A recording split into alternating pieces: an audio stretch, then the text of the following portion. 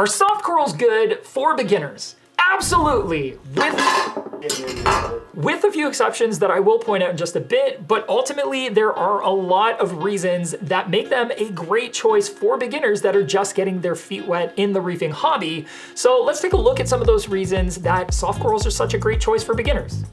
Also, I guess I probably should have said get your hands wet. I don't think anybody's putting their feet in their reef tank. I hope. First off, there are loads of different soft corals that are readily available in the hobby, and they come in all sorts of shapes, colors, sizes, and growth forms, from carpeting zoanthids to branching finger leathers. Many soft corals also add a lot of movement to the reef and sway back and forth with minimal flow. You can most definitely create a very attractive and captivating reef tank using nothing but soft corals, meaning you can keep your reef tank low maintenance, which is the second benefit to soft corals. Because soft corals don't have calcium carbonate skeletons like LPS and SPS corals, they don't consume calcium and carbonate at nearly the same rate, and that can often mean you won't need to dose calcium or alkalinity supplements nearly as often, or sometimes at all. For many soft coral tanks, doing small 25% water changes periodically is all it takes to keep major and minor trace elements in the water within ranges that soft corals require. Yes, you should absolutely still test your water every so often to make sure calcium, alkalinity, pH, phosphate, and nitrate are in order, but it isn't critical to do it multiple times a week like it can be with corals that have calcium carbonate skeletons. Which brings me to the third reason that soft corals are great for beginners. They are typically very hardy and much more resistant to changes or swings in water chemistry. This is particularly important for beginners because new reefers tend to make mistakes. There's a fair learning curve to keeping a reef aquarium, and there are bound to be all kinds of water chemistry mishaps along the way.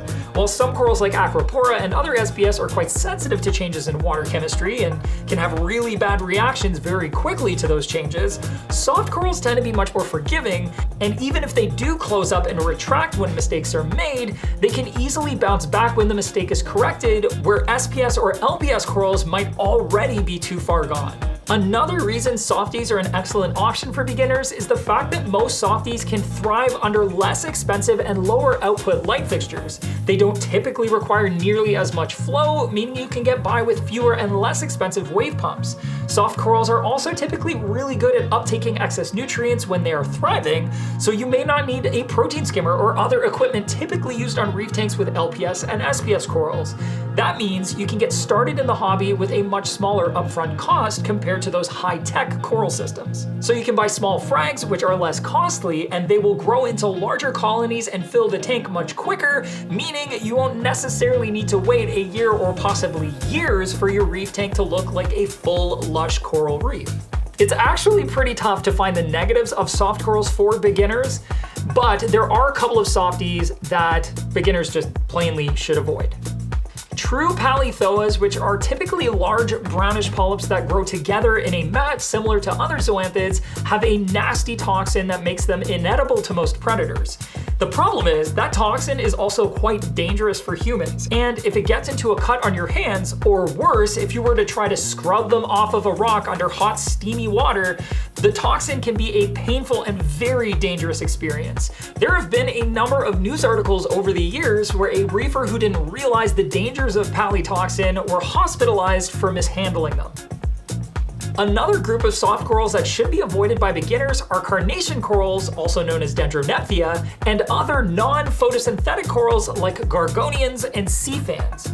Unlike the majority of softies that we see in the reefing hobby, these corals are non-photosynthetic, meaning they don't get their energy from light and rather require specialized care with heavy feedings of specific types of foods in order to thrive. I've seen a few great non-photosynthetic reef tanks over the years, but they're quite uncommon because they're much more challenging than your typical reef aquarium. Knowing what corals are best to start with and what to avoid is going to make a world of difference when starting your first reef tank, along with exactly when you should start introducing corals and how to introduce them safely. There are actually 10 corals we recommend for beginners to start with, and only 6 of them are soft corals. The other 4 are LPS corals, and you can check them all out in this video right here.